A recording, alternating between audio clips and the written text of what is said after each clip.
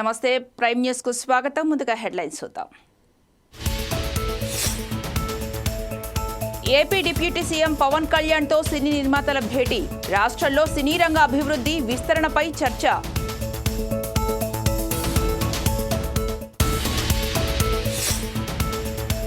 Party మార్పుపై మాట్లాడే హక్కు బీఆర్ఎస్ కు లేదు.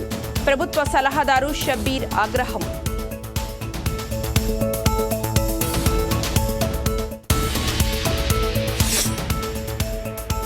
భారత్ మూలస్థానంలో కొత్త విధానం త్వరలో అమలు చేస్తామన్న కోమటిరెడ్డి.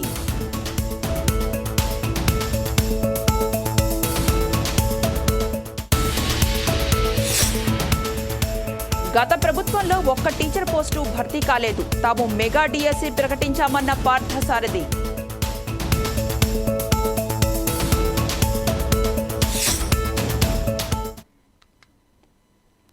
ఉమ్మడి మహబూబ్ నగర్ జిల్లాలో దొంగతనాలు కలవరపెడుతున్నాయి.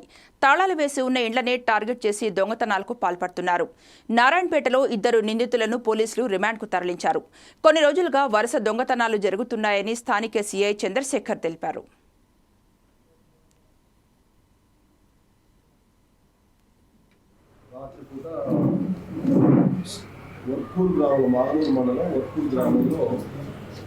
దొంగతనం అయింది అని చెప్పేసి కాంప్లైంట్ పేరు మీద కేసు రిజిస్టర్ చేసి అది బాగా సుజాత అని ఆమె కాంప్లైంట్ పేరు మీద కేసు రిజిస్టర్ చేసింది.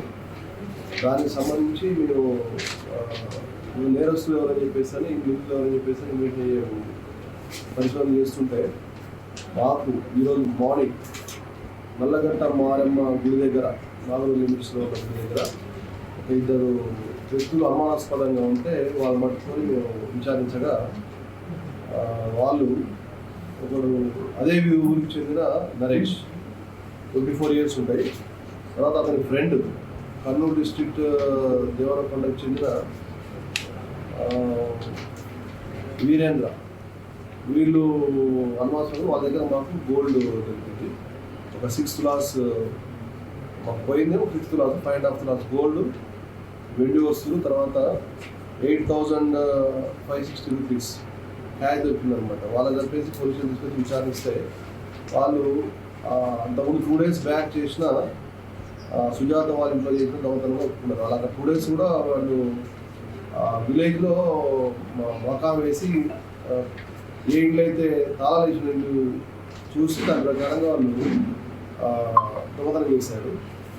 ఇంటాక్ట్ ప్రాపర్టీ అరేంజ్ చేసిన వాళ్ళని intact property 5.5 tulas gold and 1.2 tulas వెండి, రిమైనింగ్ 8,560 rupees క్యాష్ సీజ్ చేసి వేసినాం. దాంట్లో కొంత అమ్ముకొని ఆపుతున్నారు. గత ప్రభుత్వం 5 ఏళ్లలో ఒక్క టీచర్ పోస్టు కూడా భర్తీ చేయకుండా నిరుద్యోగులను దగా చేసిందని మంత్రి పార్థసారథి ధ్వజమెత్తారు.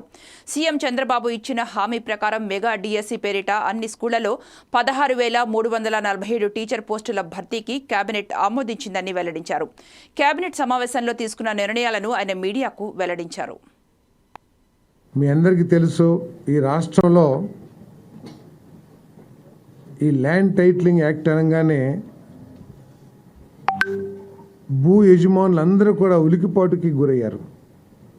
పిడుగుపడ్డట్టు భయపడిపోయారు, భయాందోళనకు గురయ్యారు. ఈ ల్యాండ్ టైటిలింగ్ యాక్ట్ ఒకసారి మనం చూసినట్లయితే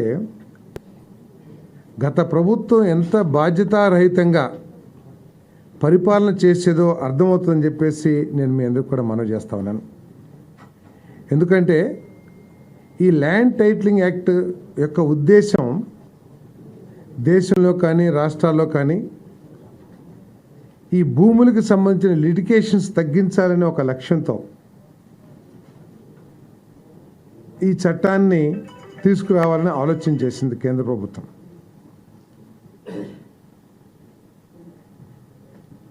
ఈ రాష్ట్రంలో ఆమోదించినప్పుడు ఏం చెప్తున్నారంటే వాళ్ళు కేంద్ర ప్రభుత్వం తీసుకొచ్చిన అంటే బీజేపీ తీసుకొచ్చిన చట్టాన్ని మేము అమలు చేశాము అని చెప్పేసి చెప్తా ఉన్నారు. కానీ కేంద్ర ప్రభుత్వం ప్రతిపాదించిన నీతి ఆయోగ్ ప్రతిపాదించిన చట్టానికి మన రాష్ట్రం ఆమోదించిన చట్టానికి తీవ్ర వైరుధ్యాలు ఉన్నాయని చెప్పేసి మీకు మనవి చేస్తా ఉన్నాను. నేను రిజిస్ట్రేషన్ ఆఫీసర్ అని చెప్పేసి చెప్పారు ఈ చట్టంలో. ఆ టైటిల్ రిజిస్ట్రేషన్ ఆఫీసర్ ఎవరో స్పష్టం చేయాలి. ఆ చట్టం ఎవరన్నా పార్టీ నాయకుడిని పెడతారా, లేదా నామినేటెడ్ వాళ్ళని ఆ ఆఫీసర్గా పెడతారా, లేదా ఒక ఎంఆర్ఓని పెడతారా, లేదా ఎవరైనా జ్యుడిషియల్ పెడతారా అనే విషయాన్ని ఎక్కడ కూడా స్పష్టం చేయకోకుండా అంబిగ్యూటీగా వదిలేసింది. దాంతో అర్థం కాని పరిస్థితి. ఏదైనా లిటిగేషన్స్ వస్తే అపిలెంట్ అథారిటీ ఎవరో కూడా స్పష్టం చేయకుండా చట్టం తయారు చేసిందంటే ఎంత బాధ్యతాయుతం కూడా ఒకసారి ఆలోచన చేయండి. ఈ సివిల్ కోర్ట్స్ ఏదైతే ఉంటాయో, జిల్లా లేకపోతే ఇంకా తాలూకా కోర్టులు ఏదైతే ఉంటాయో, వాటికి ఎవరికి కూడా జ్యూరిస్డిక్షన్ ఇవ్వకుండా నేరుగా హైకోర్టుకే జ్యూరిస్డిక్షన్ ఇచ్చిందంటే పేదవాడు, కొంత భూమి ఉన్న పేదవాడు కానీ, లేకపోతే ఒక 20 సెంటో లేకపోతే ఎకరం ఉన్న భూమి ఉన్న పేదవాడు అతను హైకోర్టు లాయర్కి ఫీజులు ఇచ్చి హైకోర్టుకి వెళ్ళగలడా? అంటే ఏ ఉద్దేశంతో సివిల్ కోర్ట్స్, అది పేరే సివిల్ కోర్ట్స్, సివిల్ మ్యాటర్స్ హైకోర్టుకి వెళ్ళినా కూడా ముందు మీరు సివిల్ కోర్టుకి వెళ్ళండి అని చెప్పేసి ఉత్తర్వులు ఇస్తారు హైకోర్టు కూడా. అటువంటి సివిల్ కోర్ట్స్ని తీసేసేయాల్సిన అవసరం వచ్చిందో కూడా ఇక్కడ అర్థం కాని పరిస్థితి.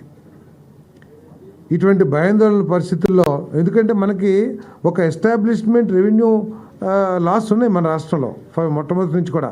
ఏదో చిన్న చిన్నవి ఉంటే వాటిని ఎనామిలీస్ అన్నీ కూడా మనం తీసేయడానికి ప్రయత్నం చేయొచ్చు, కానీ ఈ విధంగా స్వార్థపూరితంగా దోచేయాలన్న ఆలోచనతో ఒక యాక్ట్ తీసుకురావటం అనేది చాలా బాధాకరం అని చెప్పేసి మనం చేస్తాను. మరి ప్రజలకు భరోసా కల్పించడానికి మరి ఈ చట్టాన్ని రద్దు చేయాలని చెప్పేసి క్యాబినెట్ తీర్మానించింది. ఒరిజినల్ డాక్యుమెంట్స్ కూడా పొందే అవకాశాన్ని, ఎందుకంటే యాక్ట్ ప్రకారం ఒరిజినల్ డాక్యుమెంట్స్ కూడా రావని చెప్పేసి అర్థమవుతా ఉంది. ఒరిజినల్ డాక్యుమెంట్స్ కూడా.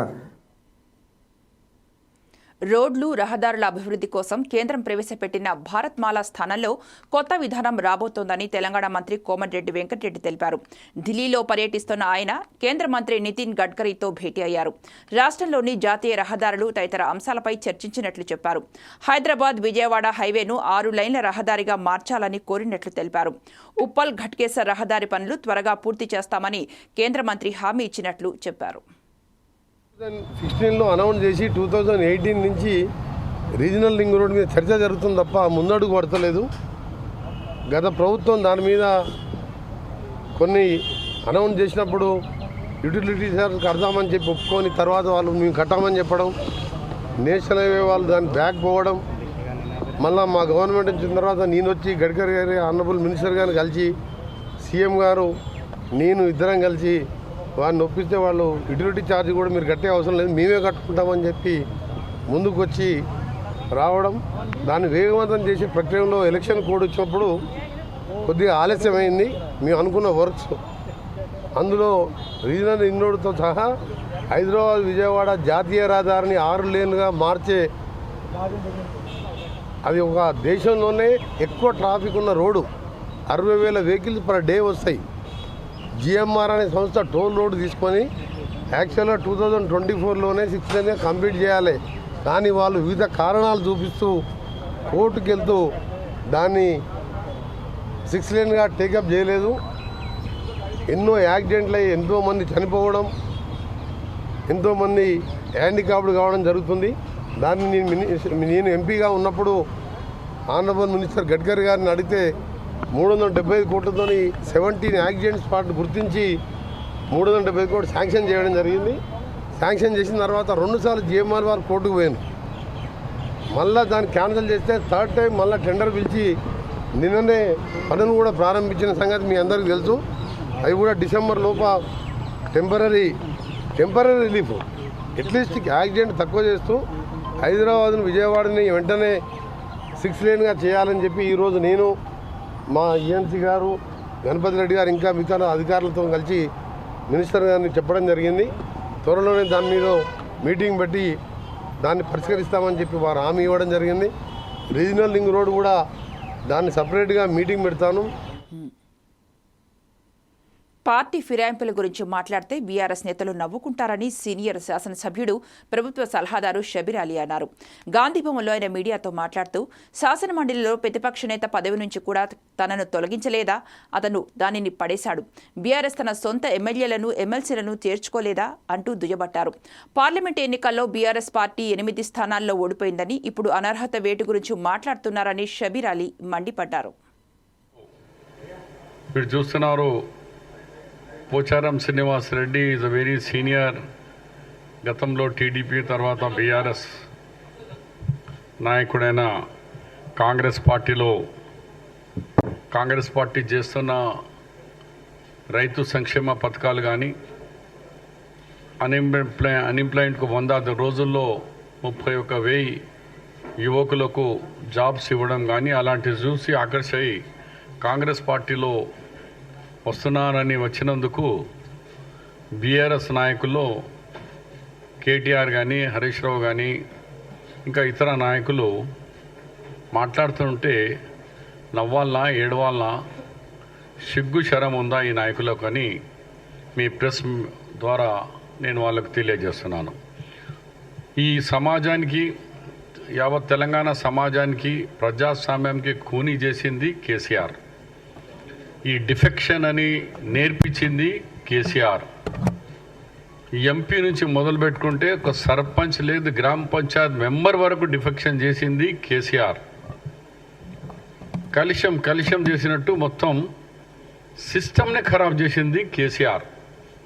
నడి బజార్లో పెట్టి పనిష్మెంట్ చేయాలా కేసీఆర్ని. ఎంత మంచి తెలంగాణ, ఈ వ్యవస్థని చెడగొట్టినారు. ఇవాళ నేను మీ డాక్యుమెంట్స్తో సహా మీకు మొత్తం అందజేస్తాను. ఆయన 2014లో గవర్నమెంట్ వచ్చిన ఆయన ప్రభుత్వం 2 జూన్కు తీసుకునగానే సేమ్ డే 2 జూన్ 2014లో 2 ఎమ్మెల్యేలను, ఇంద్రకరణ్ రెడ్డి అలాగే మన కోనప్ప, ఇద్దరిని డిఫెక్ట్ చేయించినారు. సేమ్ డే ముఖ్యమంత్రి కాగానే ఇద్దరిని బోని చేసినాడు. దాని తర్వాత మొత్తం 14-18 పీరియడ్లో 5 ఇయర్స్లో ఎంపీస్ 4, ఎమ్మెల్యేస్ 25, ఎమ్మెల్సీస్ 18, టోటల్ 47 వ్యక్తులకు ఆయన డిఫెక్ట్ చేయించారు. దీంట్లో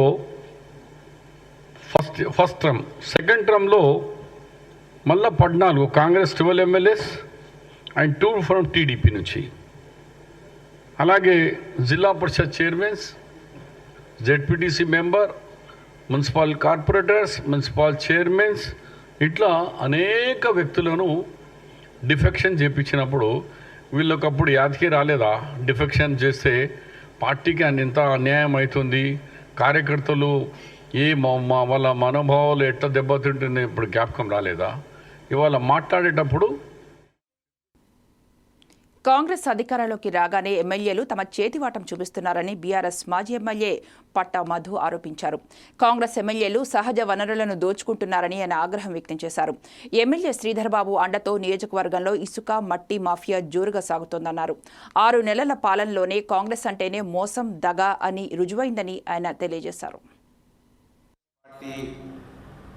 ఈ రాష్ట్రంలో కావచ్చు, గ్రామాలలో కావచ్చు, 6 నెలల వ్యవధిలో ప్రజలకు సంబంధించినటువంటి ఒక కార్యక్రమాన్ని కూడా చేయకుండా, ప్రజల గురించి కనీసం దృష్టి కేంద్రీకరించకుండా, మొన్నటిసారి పంట పొలాలు ఎండిపోతున్నా కూడా కనీసం ఎమ్మెల్యేలు వాటి గురించి పట్టించుకోకుండా, మంచినీళ్ళు కూడా లేకుంటే పట్టించుకోకుండా, వాళ్ళ పనుల్లో అవినీతి ఏ విధంగా చేయాలి, ఎంత తొందరగా ఎక్కువ సంపాదించుకోవాలనే దాని మీదనే దృష్టి కేంద్రీకరించడం జరిగింది. దానికోసం మంథని నియోజకవర్గంలో మరి అనేక అవినీతి అక్రమాలు, అటు పెద్దపల్లి, భూపాల్పల్లి జిల్లాలలో ఇసుక మాఫియా, మట్టి మాఫియా, తది ఎమ్మెల్యే కన్సర్న్లలో జరుగుతూ ఉన్న విషయాన్ని ఈ సమాజం దృష్టికి, ఇవాళ కాంగ్రెస్ పార్టీ అంటేనే మోసం చేసి ప్రజలను మభ్యపెట్టి ముందుకెళ్తుందని ఒకప్పుడు అనంగా వినేవాళ్ళం. ఇవాళ చూస్తున్నాము. కాంగ్రెస్ పార్టీ అంటేనే మోసము, కాంగ్రెస్ పార్టీ అంటేనే దగా అనేదానికి ఇవాళ నిలువుటెత్తు సాక్ష్యంగా మనం చూస్తున్నాం. ఇసుక పర్మిషన్ లేవు, మానేర్లతో పాటు గోదావరిలలో కూడా ఆపేయాలని ఎన్జిటి కూడా ఒక ఆర్డర్ ఇచ్చింది ఎన్జిటి మొన్న. అయినా కూడా ఎన్జిటే కాకుండా మరి వాళ్ళ నాయకులు కార్యకర్తలు కూడా అక్కడక్కడ ఇసుక వద్దని కొంతమంది గ్రామాలలో ప్రజలు ధర్నా చేస్తుంటే వాళ్ళ దగ్గరికి పోయి మద్దతు పలుకుతూ ఉన్నారు. ఏపీ డిప్యూటీ సీఎం పవన్ కళ్యాణ్తో సినీ నిర్మాతలు భేటీ అయ్యారు. అల్లు అరవింద్, అశ్విని దత్, ఏఎం రత్నం, దిల్రాజు, దగ్గుపాటి సురేష్ సహా పలువురు సినీ ప్రముఖులు డిప్యూటీ సీఎం పవన్ ని కలిశారు.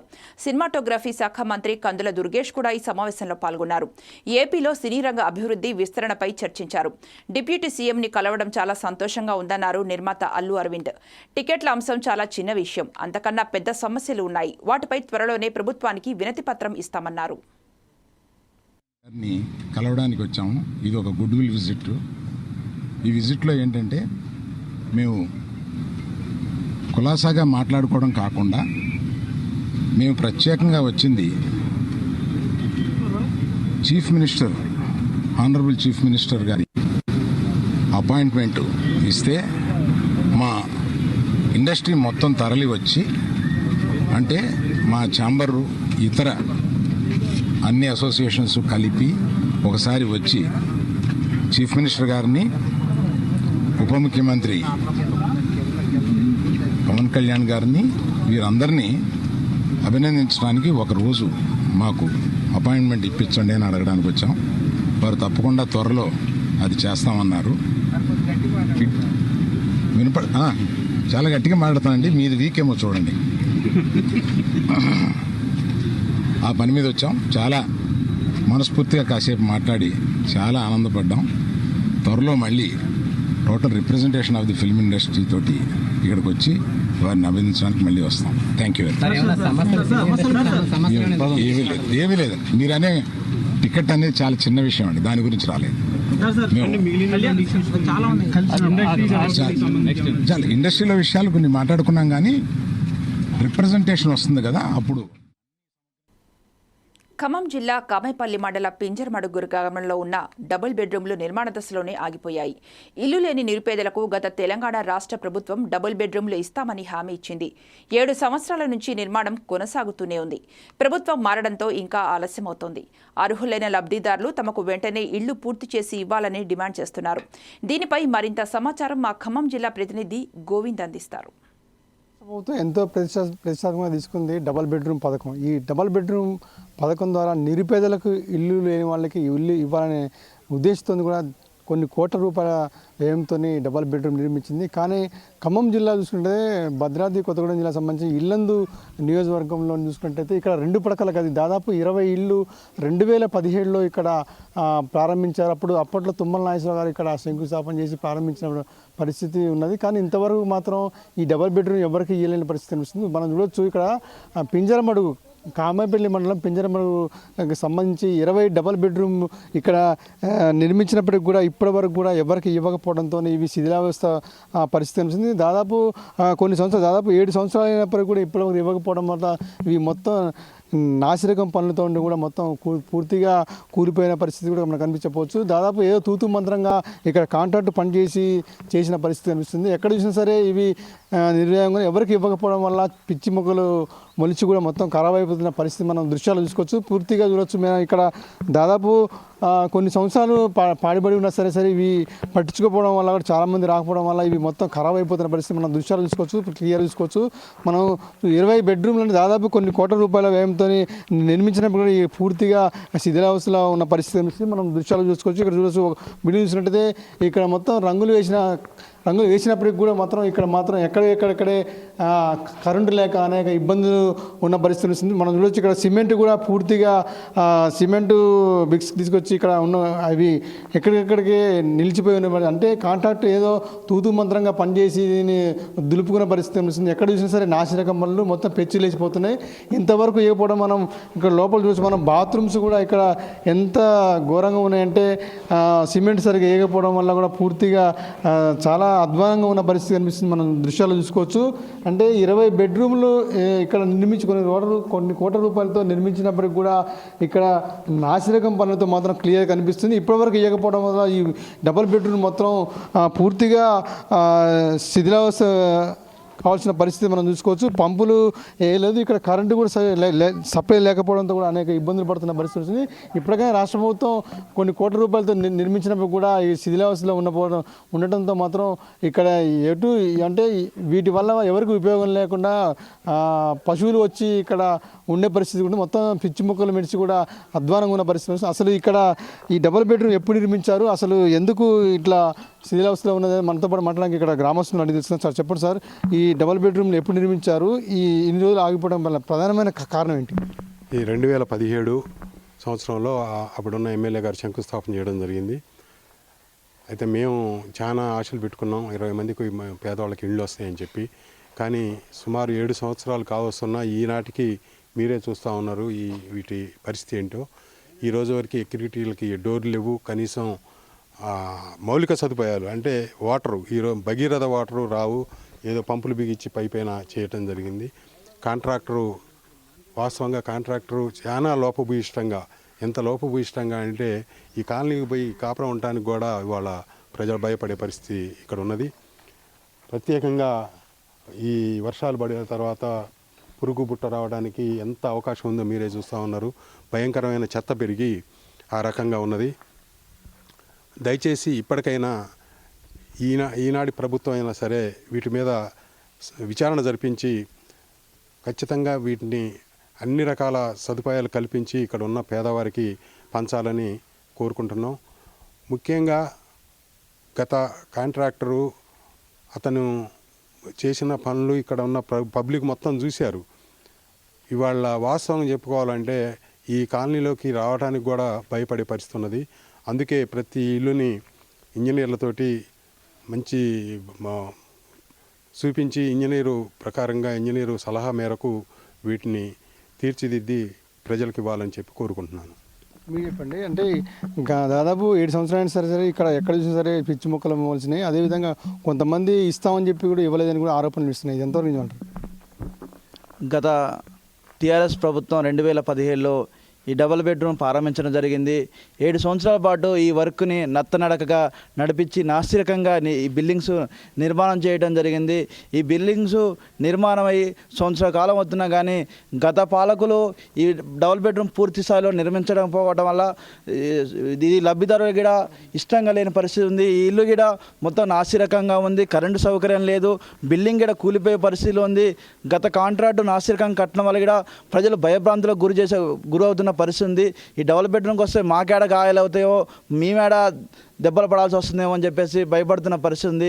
ఈ ప్రభుత్వం అయినా వీటిని మరమ్మతులు చేసి అరుగులైన ఇక్కడైతే ఏదైతే పేదలు ఉన్నారో వారికి డబుల్ బెడ్రూమ్స్ మరమ్మతులు చేసి, ఏదైతే ఇక్కడ కరెంటు సౌకర్యం లేదు, వాటర్ సౌకర్యం లేదు, అలానే మన మొత్తం లోపలికి కూడా కిటికీస్ కానీ డోర్లు కానీ సరైన సౌకర్యం లేదు. కాబట్టి తక్షణమే ఈ ప్రభుత్వం అయినా స్పందించి వీటిని మొత్తం మరమ్మతులు చేసి అరుగులకు ఇవ్వాలని చెప్పేసి మేము కోరుతున్నాం. మొత్తం చూసినట్టయితే దాదాపు కొన్ని కోట్ల రూపాయల వ్యయంతో ఇక్కడ డబుల్ బెడ్రూమ్ నిర్మించినప్పుడు కూడా అవి శిథిలావస్థ పరిస్థితి కనిపిస్తుంది. ఎందుకంటే 20 బెడ్రూమ్లు ఇక్కడ గత ప్రభుత్వం హయాంలో నిర్మించినప్పటికి కూడా అవి పూర్తిగా ఇవ్వకపోవడంతో ఇప్పుడు వర్షాకాలం రావడంతో అవి తడిసి ఇంకా ఉన్న ఇల్లు కూడా ఇంకా ఖరాబ్ అయ్యి మొత్తం శిథిలావస్థ అయ్యే పరిస్థితి ఉంది. కాబట్టి ఇప్పటికైనా సరే ఏదైతే ఇక్కడ జిల్లా అధికారులు ఇప్పటికైనా స్పందించి ఎవరైతే నిరుపేదలు ఉన్నారో వాళ్ళందరికీ కూడా ఈ డబుల్ బెడ్రూమ్ ఇచ్చి ఆదుకోవాలని చెప్పి కూడా ఇక్కడ గ్రామస్తులు కూడా డిమాండ్ చేస్తున్న పరిస్థితి. మరోవైపు చూసినట్టయితే అంటే అన్ని అన్నీ అయిపోయినాయి, రంగులు వేసాము, ఇస్తామని చెప్పి ఈ ఎలక్షన్ కోడ్ వస్తుందని చెప్పి కూడా చెప్తున్నారు, కానీ మొత్తం ఇవ్వడానికి మాత్రం ఎవరు ముందుకు రావట్లేదు అని ఇక్కడ గ్రామస్తులు రావాలని చెప్తాను. ఇప్పటికైనా సరే ప్రభుత్వం దీని మీద కొత్తగా కొల్లు తీరిన కాంగ్రెస్ ప్రభుత్వమే దీని మీద దృష్టి పెట్టి తప్పనిసరిగా నిరుపేదలకు డబుల్ బెడ్రూమ్ ఇవ్వాలని చెప్పి కూడా ఇక్కడ గ్రామస్తులు డిమాండ్ చేస్తున్న పరిస్థితి వస్తుంది. మొత్తానికైతే ఇక్కడ మాత్రం డబుల్ బెడ్రూమ్ ఇళ్ల పరిస్థితి మాత్రం దయనీయంగా ఉంది. కానీ ఇప్పటికైనా సరే ప్రభుత్వం దృష్టిలో పెట్టుకుని మాత్రం తప్పనిసరిగా నిరుపేదలకి డబుల్ బెడ్రూమ్ ఇచ్చి ఆదుకోవాలని చెప్పి కూడా గ్రామస్తులు డిమాండ్ చేస్తున్న పరిస్థితి అనిపిస్తుంది. ఇది కూడా తాజా పరిస్థితి. కెమెరామెన్ సతీష్తో గోవింద్, 4 Sides టీవీ, ఖమ్మం నుంచి. నిజామాబాద్ జిల్లా ప్రభుత్వ జనరల్ ఆసుపత్రిలో ఇవాల్టి నుంచి జూనియర్ డాక్టర్లు సమ్మె చేపట్టారు. ప్రభుత్వాలు మారినా తమకు రావాల్సిన నెలసరి వేతనాలు సకాలంలో అందడం లేదని ఆవేదన వ్యక్తం చేశారు. నిత్యం జిల్లా ప్రభుత్వ ఆసుపత్రిలో ఎంతో మంది రోగులకు వైద్యం అందించే తమపై ప్రభుత్వం నిర్లక్ష్యంగా వ్యవహరిస్తోందన్నారు. ఇటీవల ఉప ముఖ్యమంత్రి జూనియర్ డాక్టర్లకు సరైన వేతనం అందిస్తామని హామీ ఇచ్చినప్పటికీ సరైన జీవో విడుదల చేయలేదని అన్నారు. నిజామాబాద్ ప్రభుత్వ ఆసుపత్రిలో దాదాపు 200 మంది జూనియర్ డాక్టర్లు విధుల్లో ఉంటున్నారని, తమ సమస్యలు పరిష్కరించకపోతే విధులకు హాజరయ్యేది లేదన్నారు. ఆంధ్రప్రదేశ్, కేరళ, తమిళనాడు తరహాలో జూనియర్ డాక్టర్లకు తెలంగాణలో కూడా సరైన వేతనాలు చెల్లించాలని అంటున్న జూనియర్ డాక్టర్లతో మా ప్రతినిధి శ్రీనివాస్ ఫేస్ టు ఫేస్. మొత్తంగా జూడాల డాక్టర్లు సమ్మెకు దిగారు. వాళ్ళకు సంబంధించినటువంటి ఫెసిలిటీస్ లేకపోవడం కావచ్చు, ఒకవైపు శాలరీస్ లేకపోవడం కావచ్చు, అనేక సమస్యలపైన అయితే గత 4 రోజుల క్రితం ఒకవైపు వాళ్ళకి సంబంధించినటువంటి అధికారికి కూడా మెమోరాండం ఇచ్చి స్ట్రైక్ దిగుతున్నామని ప్రభుత్వానికి కూడా చెప్పిన నేపథ్యంలో ఇప్పటివరకు కూడా ఎలాంటి ప్రభుత్వం నుంచి కావచ్చు, ఎక్కడి నుంచి కూడా ఎలాంటి సంబంధించినటువంటి ఇష్యూస్ మీద ఇప్పటివరకు ఫోకస్ చేయలేదని చెప్పేసి నిజామాబాద్ ప్రభుత్వ జనరల్ ఆసుపత్రి ముందు అయితే వాళ్ళు వాళ్ళ డిమాండ్స్ని వెళ్ళబుచ్చే ప్రయత్నం అయితే చేస్తున్నటువంటి పరిస్థితి ఉంది. మాట్లాడదాం, ఏం చెప్తారు. ఇన్ని రోజులుగా అయితే గతంలో కూడా ఇలాంటి ధర్నాలు చేశారు, మళ్ళీ ఇప్పుడు కూడా మళ్ళీ స్ట్రైక్ చేస్తున్నారు. మాట్లాడదాం, వాళ్ళకి ఎలాంటి అంశం మీద అయితే స్ట్రైక్ చేస్తున్నారు, ఏం చెప్తారనే అంశం పైన మనతో మాట్లాడడానికి నిజామాబాద్ జూడాల సంఘం అధ్యక్షుడు ఉన్నారు. మాట్లాడే ప్రయత్నం చేద్దాం. సార్ చెప్పండి, ఎట్లా అసలు చాలా రోజులుగా కూడా మీరు గతంలో చేశారు స్ట్రైక్, మళ్ళీ ఏదో మీకు సంబంధించినటువంటి ఏదో ఒప్పందం కానిచ్చండి, ఏదో తాత్కాలికంగా అయితే మీరు విరమించిన పరిస్థితి ఉంది, మళ్ళీ కూడా అది రిపీట్ చేస్తున్నారు. మీ సమస్యలు ఏంటి అసలు మొత్తానికి? ఇదివరకు మేము స్ట్రైక్కి వెళ్తాము అని అన్న తర్వాత కూడా హోల్డ్లో ఎందుకు పెట్టినామంటే హెల్త్ మినిస్టర్ గారు మాకు అష్యూరెన్స్ ఇచ్చినారు, మీకు ఖచ్చితంగా మీ డిమాండ్స్ మేము ఫుల్ఫిల్ చేస్తాం, కొంచెం టైం కావాలి, మొన్న ఏదైతే ఎలక్షన్స్ కోడ్ ఉండిందో దాని మధ్యలో మనం ఏం వర్క్స్ చేపట్టలేం కాబట్టి ఆగండి, అయిన తర్వాత చేస్తామన్నారు. ఎలక్షన్ కోడ్ అయిన తర్వాత కూడా చాలాసార్లు వెళ్ళి మేము కలవడం జరిగింది, చేస్తా అని అంటున్నారు. కానీ ఇప్పటివరకు మేము అడిగిన జియో ఏదైతే రిలీజ్ చేయలేదు. స్టైపెండ్స్ రెగ్యులరైజేషన్ కోసం మేము జియో ఖచ్చితంగా కావాలి, అది వచ్చేంత వరకు మేము స్ట్రైక్ కంటిన్యూ చేస్తామని ముందు కూడా చెప్పాము. ఈరోజు స్ట్రైక్ కూడా స్టార్ట్ చేసింది. అందుకే మరి ఇప్పటివరకు కూడా ఎలాంటి అక్కడ నుంచి కానీ ఎలాంటి మెసేజ్ రాలేదు. మరి ఇప్పుడైతే మీరు స్ట్రైక్ చేస్తున్నారు, ఎన్ని రోజుల వరకు ఉండబోతుంది మీ స్ట్రైక్? ఇది మేము నిరవధిక సమ్మెకి అంటే ఇండెఫినెట్ స్ట్రైక్, ఎన్ని రోజులని లేదు, ఎన్ని రోజులైనా కూడా మేము స్ట్రైక్ చేయడానికి రెడీగా ఉన్నాము. మా డిమాండ్స్ని ఫుల్ఫిల్ చేసేంత వరకు మేము స్ట్రైక్ చేయడానికి రెడీగా ఉన్నాము. ఎమర్జెన్సీ సేవలు మాత్రం కంటిన్యూ చేస్తున్నాము, ఈ రోజు మొదటి రోజు కాబట్టి. కానీ మున్ముందు గవర్నమెంట్ ఏ మాత్రం కూడా రెస్పాండ్ అవ్వకపోతే ఖచ్చితంగా ఎమర్జెన్సీ సర్వీసెస్ని కూడా ఆపేసి స్టేట్ వైడ్ అన్ని గవర్నమెంట్ హాస్పిటల్స్లో కంప్లీట్ షట్ డౌన్ అనేది చేయడానికి మేము రెడీగా ఉన్నాము. మా కార్యాచరణ అనేది దానికి తగ్గట్టుగా రెడీగా ఉంది. రైట్, మరికొంతమంది డాక్టర్స్ ఉన్నారు, వారితో కూడా మాట్లాడే ప్రయత్నం చేద్దాం. చెప్పండి సార్ ఏంటి ఇప్పుడు గతంలో కూడా చేశారు, మళ్ళీ కూడా నిరవధికంగా చేస్తూ అంటున్నారు. ప్రజా సమస్యలు అయితే చాలామంది కూడా జీజీహెచ్లో పెద్ద మొత్తంలో ఉన్న ఆసుపత్రి చుట్టుపక్కల నుంచి కూడా పెద్ద మొత్తంలో పేషెంట్ 1000 నుంచి 2000 వరకు మంది పేషెంట్స్ కూడా వస్తున్నారు. మీరు ఇట్లా సమ్మెకి దిగడం వల్ల వాళ్ళకు కూడా చాలా సమస్యలు వస్తాయి. మరి దీనిపైన ఏమంటారు? ఖచ్చితంగా అండి, వాళ్ళ సమస్యలు ఇప్పుడు మా సమస్య కానీ వాళ్ళకు కూడా పేషెంట్లకు కూడా ఇబ్బంది కావద్దని మేము స్ట్రైక్ తిరిగాం. ఎలా ఇబ్బంది కాకుండా చేస్తామనంటే ఇప్పుడు మేము ఓన్లీ ఐపీ ఓపీ మాత్రమే బహిష్కరించాము. ఒకవేళ గవర్నమెంట్ దిగి మా డిమాండ్లు ఒప్పుకోకపోతే ఎమర్జెన్సీ కూడా పోయే అవసరం వస్తుంది. ఒకవేళ మీరు ఇంకా తగ్గి మా డిమాండ్స్కి ఒప్పుకోకపోతే మాత్రం ఎమర్జెన్సీ కూడా బాయ్కాట్ చేయాల్సి వస్తుంది. రైట్, మనం చూడొచ్చు చాలా రోజులుగా కూడా ఎప్పటికీ తమ సమస్యలు అలాగే ఉండిపోతున్నాయి. వాళ్ళకి వచ్చే స్టఫ్ హ్యాండ్ అయితే రావట్లేదు. ఒకవేళ ప్రభుత్వం కానీ స్పందించి ఏదో నామమాత్రంగా చేస్తున్నారు, మరి అదే పరిస్థితి అని కూడా చెప్తున్నటువంటి పరిస్థితి డాక్టర్లు చూస్తున్నాం. మరి కొంతమంది డాక్టర్స్ ఉన్నారు, వారితో మాట్లాడే ప్రయత్నం కూడా ఒకసారి చూద్దాము. మరి ఏం చెప్తారు అనే అంశం పైన. మేడం చెప్పండి, ఎట్లా ఉంది మొత్తం? చాలా మటుకు కూడా మీరు పెద్ద మొత్తంలో స్ట్రైక్ దిగారు. మీ ఫెసిలిటీ మీకు ఏదైతే డిమాండ్స్ ఉన్నాయో అవి ఇప్పటివరకు కూడా రావట్లేదు అని చెప్పి ప్రభుత్వం తీర్చాలని చెప్తున్నారు. మరి ఇక్కడేమో పరిస్థితి పరిస్థితి మాత్రం గందరగోళమైన పరిస్థితి ఉంది. వాళ్ళంతా కూడా పేషెంట్స్ అన్నీ వస్తూ ఉంటారు. మరి మీరు ఏం చెప్తారు అసలు మీరు ప్రభుత్వానికి? మీరు చూడొచ్చండి, గవర్నమెంట్ హాస్పిటల్ అనేది నియర్లీ మా గవర్నమెంట్ నిజామాబాద్కి అయితే అరౌండ్ 1000 to 1500 ఓపీ ఉంటుంది. మేము 24/7 సర్వీసెస్ అందిస్తూనే ఉన్నాం. మేము కూడా ఒక మనుషుల మాకు కూడా రెగ్యులర్ అవసరాలు ఉంటాయి. ఎలా అయితే గవర్నమెంట్ పీజీస్కి స్టైపెండ్ ఇవ్వాలో దాన్ని రెగ్యులరైజ్ చేస్తే బాగుంటుంది. ప్రతిసారి ఎవ్రీ మంత్, ఎవ్రీ 2 months ఒకసారి మా జూడా ప్రెసిడెంట్స్ కానీ, స్టేట్ ప్రెసిడెంట్స్ కానీ, సెక్రటేరియట్ చుట్టూ, హోమ్ మినిస్టర్ చుట్టూ తిరిగి స్ట్రైక్ నోటీస్ ఇచ్చాక మమ్మతో మాట్లాడి ఒక ఓవరాల్ అష్యూరెన్స్ ఇచ్చి తర్వాత 2 daysలో స్టైపెండ్స్ ఇవ్వడం అనేది కరెక్ట్ కాదు. ఇలా ఒక 1 year నుంచి రిపీట్ అవుతుందండి. అండ్ సెక్యూరిటీ ఇష్యూస్, మా కాలేజ్లో మాత్రం బాగానే సెక్యూరిటీ ఉందండి. లైక్ SPF పీపుల్ కానీ సెక్యూరిటీ బాగానే ఉంది. కానీ మిగతా అదర్ కాలేజెస్లో మాత్రం ఫీమేల్ పీజీస్కి కానీ, ఫీమేల్ ఇంటర్న్స్కి కానీ మంచి సెక్యూరిటీ అనేది లేదు. అండ్ ఉస్మానియా కాలేజ్కి వచ్చేస్తే చాలా రెన్యూడ్ హాస్పిటల్, చాలా ఏమంటారు డిఫరెంట్ స్టేట్స్ నుంచి వస్తారు ట్రీట్మెంట్ కోసం, బెటర్ కేర్ కోసం. అక్కడ because of the old building, కొంచెం ప్రాపర్ శానిటేషన్ కానీ మంచి కేర్ లేకపోవడం వల్ల కూడా కొన్ని డ్రాబ్యాక్స్ ఉంటున్నాయి. సో ఒక మంచి కొత్త బిల్డింగ్ ఆల్రెడీ ఇష్యూ చేశారు, బట్ ఇంకా కన్స్ట్రక్షన్ స్టార్ట్ చేయకపోవడం because of the different reasons కావచ్చు. దాన్ని కొంచెం ఫాస్ట్గా ఫాలోఅప్ చేస్తే బాగుంటుంది. ఎందుకంటే ఆల్మోస్ట్ ఎవ్రీడే మేము ఒక 50 CTs చేయించుంటాం, ఒక 100s of ఎక్స్రేస్ చేయించుంటాం. మాకు వాటికి రిపోర్టింగ్ ప్రతిసారి అసిస్టెంట్ ప్రొఫెసర్ ఒక డైలీ ఒక 150-200 రిపోర్టింగ్ ఇవ్వడం అంటే ఎవరికైనా కష్టంగానే ఉంటుంది. అలాగే కొంత రేడియాలజీ పీజీస్ వస్తుంటే మాకు హెల్ప్ఫుల్గా ఉంటుంది. ఈవెన్ మాకు ఇప్పుడు మెడిసిన్ డిపార్ట్మెంట్కి వచ్చేస్తే మేము చాలా నెఫ్రాలజీ డిపార్ట్మెంట్ కేసెస్ డీల్ చేస్తామండి. AK, CK, చాలామందికి ఎమర్జెన్సీ డయాలసిస్ అవసరం పడుతుంది, రీనల్ బయాప్సీస్, వాటి చిన్న ప్రొసీజర్స్కి మేము హైదరాబాద్ ఉస్మానియాకి పంపించాల్సి వస్తుంది. అలాగే కార్డియాలజీ సెంటర్స్ ఎన్నో, మా ఒక ఇన్పేషెంట్ ICUలోనే చూస్తే ఒక 20% కార్డియాలజీ పేషెంట్స్ ఉంటారు. ఒక కార్డియాలజీ సూపర్ స్పెషాలిటీ వస్తే కూడా మాకు అది హెల్ప్ఫుల్ అవుతుంది.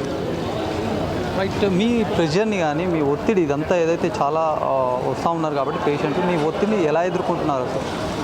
యాక్చువల్గా మా డిపార్ట్మెంట్ వైజ్ అయితే మేము 30 PGs ఉన్నామండి. మా OP wise, IP wise that is enough for మా ఇన్పేషెంట్, అవుట్ పేషెంట్ డిపార్ట్మెంట్కి.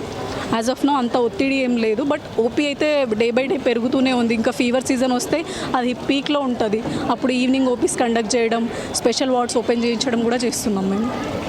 రైట్, ఏదేమైనప్పటికీ జూనియర్ డాక్టర్స్ తమ డిమాండ్స్ని అయితే నెరవేర్చాలి. ప్రభుత్వం తన చాలా రోజులుగా చెప్తున్నటువంటి కేవలం హామీలు మాత్రం ఇస్తున్నారు. ఆ హామీలు ఇప్పటివరకు కూడా కరెక్ట్గా కంటిన్యూగా చేయడం లేదని చెప్పి ఒకవైపు ఆవేదన వ్యక్తం చేస్తున్నారు. ఇట్లాంటి పరిస్థితి కనుక ఉంటే మొత్తం కంప్లీట్గా కూడా ఏదైతే OPలు సైతం కూడా బహిష్కరిస్తాము, ఖచ్చితంగా ప్రభుత్వం మా డిమాండ్స్ ఒప్పుకోవాలి, లేకపోతే నిరోధిక సమ్మెకు దిగుతామని కూడా వాళ్ళు చెప్తున్న పరిస్థితి.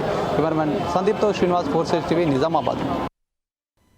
ఇక ఇవి బులెటిన్ అప్డేట్స్ చూస్తూనే ఉండండి 4 Sides TV.